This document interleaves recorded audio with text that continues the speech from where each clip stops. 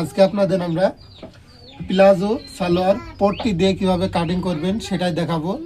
তো না টেনে পুরো ভিডিওটি দেখবেন। সিটটা আবার আউলি ফেলো।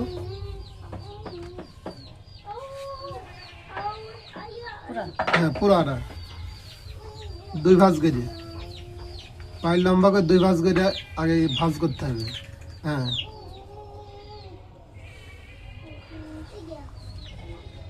এখন আরেকটা ভাঁজ দিয়ে আবার 4 ভাঁজ করতে হবে। এগুলা সমান করে নিয়ে এখানে আবারও 4 ভাঁজ করতে হবে। হ্যাঁ ওইগুলা জড়ো শার্ট করে নিতে হবে, নিয়ে আরেক ভাঁজ দিতে হবে। পুরোটাই 4 ভাঁজ, প্লাজো সালোয়ার কাটার জন্য পুরোটাই 4 ভাঁজ। তো এভাবে যখন 4 ভাঁজ করা হয়ে যাবে এভাবে হাত দিয়ে সমান করে নিতে হবে। নিয়ে যদি ওই মাথাটা একটু ছোট বড় থাকে কাটে সমান করে দিতে হবে। মাথা একটু কম ঢোকাতে হবে টেবিল বাজে। ওই মাথাটা সমান করে কাটিয়ে নিতে হবে। হ্যাঁ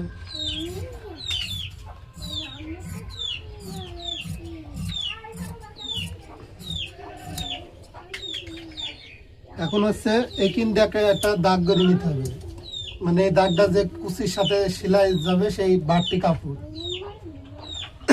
হ্যাঁ একটা দাগ লম্বা করে,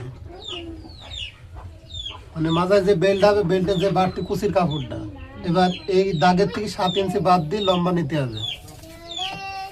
মানে 7 ইঞ্চি উপরে বেল্ট বাদ, 7 ইঞ্চি ভিতরে দিয়ে দাও ওইদিকে, আগুই দিয়ে দাও ওইদিকে। এভাবে 7 ইঞ্চি অথবা 6.5 ইঞ্চি দাও বেল্টের জন্য। মানে এটুক তো সেলাই, এই সেলাই থেকে এবার লম্বা দাও 39 ইঞ্চি। এখানে 39 ইঞ্চি এখানে 39 দাগ দাও। এবার এখানে 1.5 ইঞ্চি বাড়তি কাপড় নাও, এটি নিচে ভাঙার জন্য। তো চিকন বাউসারকে যা ভাঙে এখানে এখন লম্বা করে দাগ দিতে হবে, দুটো দাগই লম্বা করে। লম্বা করে দাগটা করে নিতে হবে, সমান করে দাগ করতে হবে। এভাবে যখন দাগ করাই যাবে এখান থেকে হচ্ছে পার মহড়ার মাপ নিতে হবে। এখান থেকে পার মহড়ার মাপ নাও 10 ইঞ্চি, 10 ইঞ্চি। এই যে 10-এর দাগ, বড় দাগ 10, এখানে একটা দাগ। এখান থেকে 1 ইঞ্চি সেলাইয়ের জন্য বাড়তি দাগ। এইবার হচ্ছে এখান থেকে আবারও 7 ইঞ্চি বাদ দিতে হবে। হ্যাঁ এখান থেকে দাগের সাথে 7 থাকবে। হ্যাঁ এবার এখান থেকে হায়ের মাপ দিতে হবে 16 ইঞ্চি। এই দাগটা লম্বা করে দিয়ে দাও।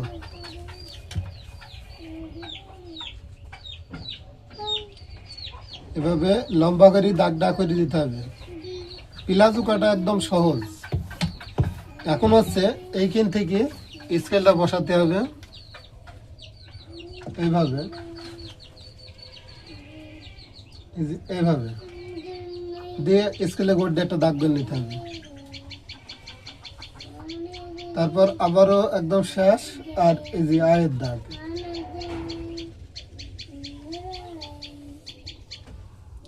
এখন হচ্ছে বাড়তি দাগ দাগে কেটে ফেলতে হবে।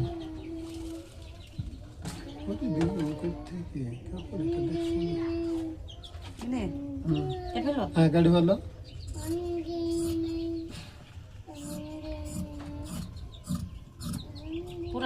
পুরাটাই এটা হচ্ছে মাজার বেল্ট হবে।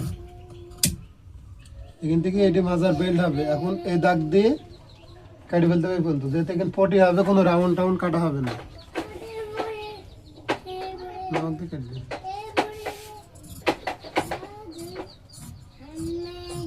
কম করেন না, এই কাপড়টা জয়েন্টের কাপড়। হ্যাঁ এইভাবে যখন কাটা হয়ে যাবে এখন এখান থেকে যে কাপড়টুক থাকবে এই কাপড়টুক বেল্টে জয়েন্ট দেবো। আর এখানে যেহেতু অনেক মোটা মানুষের সালোয়ার হচ্ছে, আমরা পট্টির কাপড়টা জামার কাপড়ের থেকে দিয়ে দেব। যেহেতু আমাদের কাপড় অনুযায়ী কাজ করা লাগে, তো আমরা এই জামার যে কাপড়টা ছিল সেই কাপড়ের থেকে পট্টি দেব। তো আমরা এখন এটি ভাঁজ করে দাও, এটি কাটা শেষ। এখন এই যে এখানে বেল্ট নিতে হবে, বেল্টটা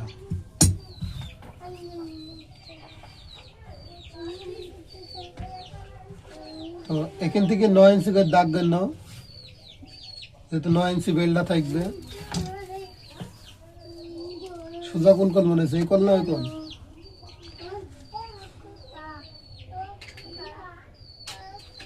হ্যাঁ, এই কোন থেকে দাগ করে যাবে 9 ইঞ্চি, এখান থেকে 9 ইঞ্চি।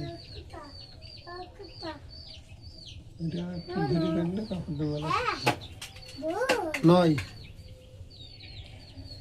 এখান থেকে 9 ইঞ্চি। এটা হলো কাপড় সোজা সমান করতে হয়েছে, সোজা এই দাগ থেকে এই দাগ পর্যন্ত কাটি ফেলতে হবে, আর কিছুই নাই।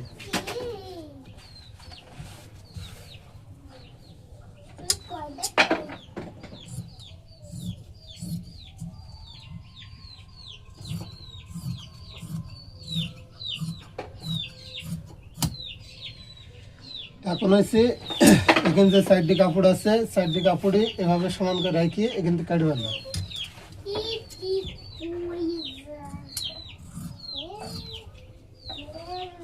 এখন বেল্টের দিকে আগে দাও, বেল্টটা কয় ইঞ্চি টিকলো দেখিয়ে দিই। যেহেতু এখন ডবল, এইটু ডবলের পর ফেলো, এই সমান করে কাটি দাও। না থাক থাক থাক থাক থাক। এবার এটাই কল দেখ দাও, এবারটা মাপো কয় ইঞ্চি বেল্ট হইলে বাদ দেখে নাও।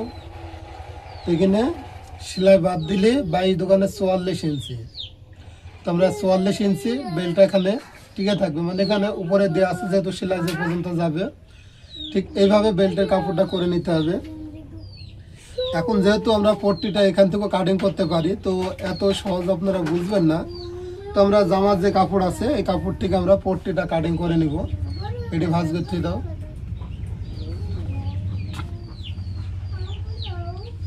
এই মাথাটা সমান করে কাটো। তো আমরা এখন এই সালোয়ারের পট্টিটা কাটিং করে দেখাবো। এখন এটা হচ্ছে এইভাবে ভাঁজ করতে হবে, মানে এখানে রাখি যতদূর উষারে আসে, ঠিক এইভাবে। এইবার এখান থেকে সমান করে কাটতে হবে, এই পর্যন্ত দেখাইছি সোজা সোজা, এখান থেকে যতদূর সোজা যায়। এরপর এখান থেকে এই কোনা পর্যন্ত এইভাবে বেঁকা করে। এবার হচ্ছে এখান থেকে মাপি দেখি দাও, লম্বা কয় ইঞ্চি আর চড়া কয় ইঞ্চি। এখান থেকে 7.5 ইঞ্চি লম্বা, আর এখান থেকে এবার কয় ইঞ্চি, 3.5 ইঞ্চি। এবার পট্টিটা এভাবে যদি সোজা করা যায়, এই হলো পট্টি। তো এইভাবে আপনারা মোটা মানুষের সালোয়ার কাটিং করলে এভাবে পট্টি দিয়ে কাটিং করে নেবেন। তো ভিডিওটি ভালো লাগলে অবশ্যই লাইক কমেন্ট শেয়ার করবেন, আর এরকমভাবে যদি প্রতিদিন দর্জির ক্লাসগুলো দেখতে চান তো অবশ্যই আমার এই পেজটি ফলো দিয়ে রাখুন, প্রতিদিন এরকম ভিডিও দেখতে পারবেন।